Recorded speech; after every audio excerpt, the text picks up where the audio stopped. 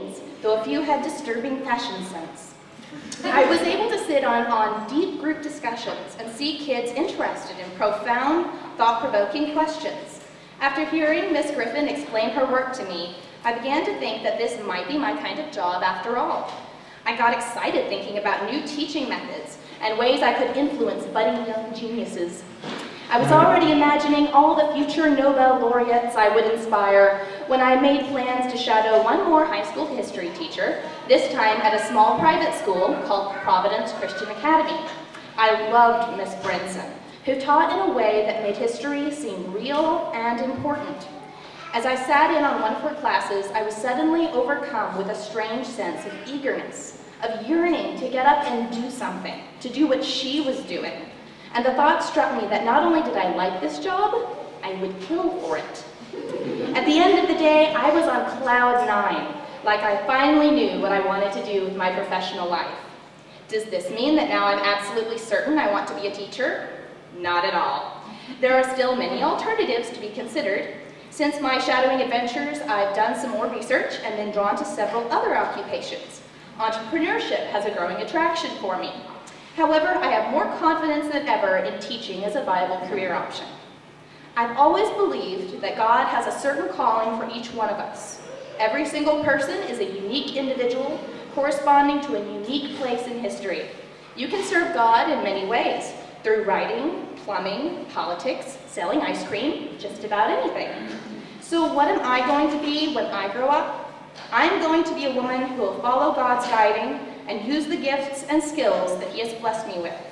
I will glorify Him, and through Him, bless the world.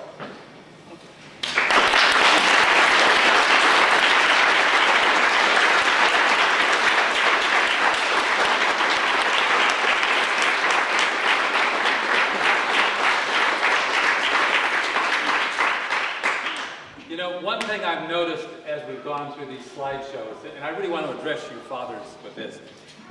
Do you know, guys, that you used to have a lot more hair and color? You really did. Yeah, it's scary. Especially Ken. No.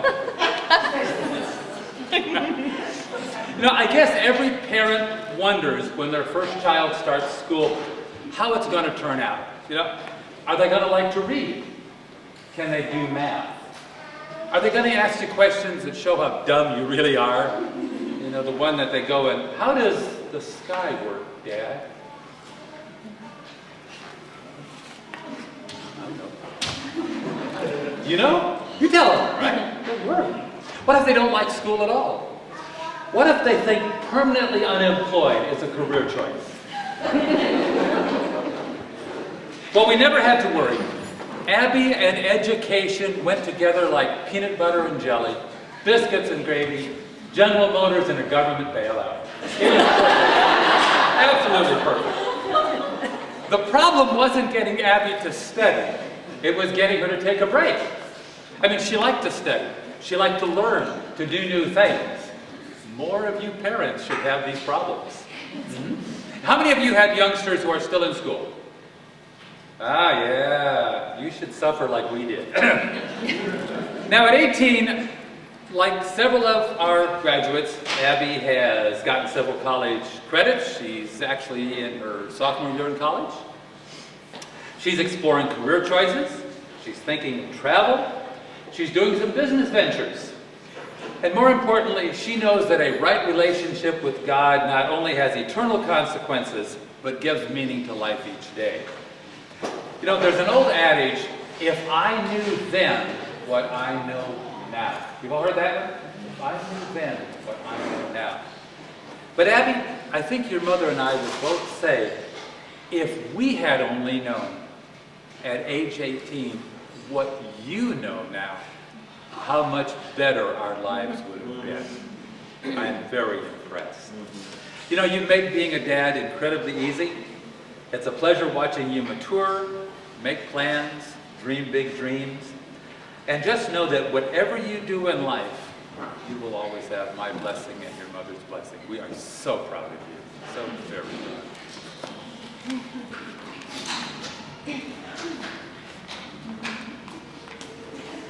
Abby's my rock. She keeps me going when I try to fly apart. She's calming there, and she's kind of taking over the mother role. Calm down, Mom. It'll be all right. So she's going to get me through this. When we named Abby Abigail, we had this long list of names, and Rod crossed most of them off, but Abigail was left. And I am so glad now that that was the name we chose, because the meaning of Abigail is a source of joy, or her father's joy, and she has been every bit that from the time she was born all the way through. She is a total source of joy. And I wanted her to have a biblical name, and I picked the woman there that I thought I wanted my daughter to grow up like. And the adjectives they used for Abigail was she was beautiful and wise. And there is no way I could have known how that fulfillment would have been made in Abby as being a beautiful person inside and out, and wisdom that I can't fathom. And it is with all the pride and joy in the world that we present you with your high school diplomas. 12 years. 13, we did kindergarten too. Schooling bliss. Don't strike me dead. Congratulations, sweetheart.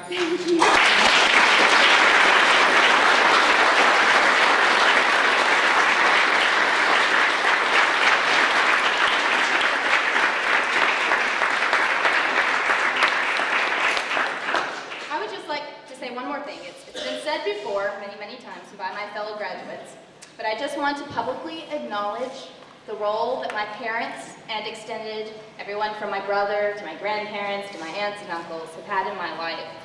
You can debate the nature versus nurture debate.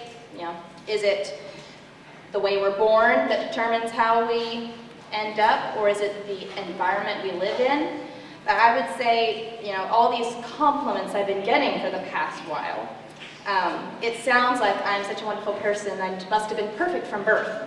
But the fact is that I have no idea where I would be without my parents, without the people who have been in my life, the family members and the friends. Their contribution has been immense. I mean, just as a very small example, look at this graduation. I mean, how many hours have my parents poured into this? And all the other parents shows how much they love and appreciate and are proud of their children. And it's just wonderful to see parents get behind their kids. And they've just created an amazing environment for me to grow up in, and I just want to thank them.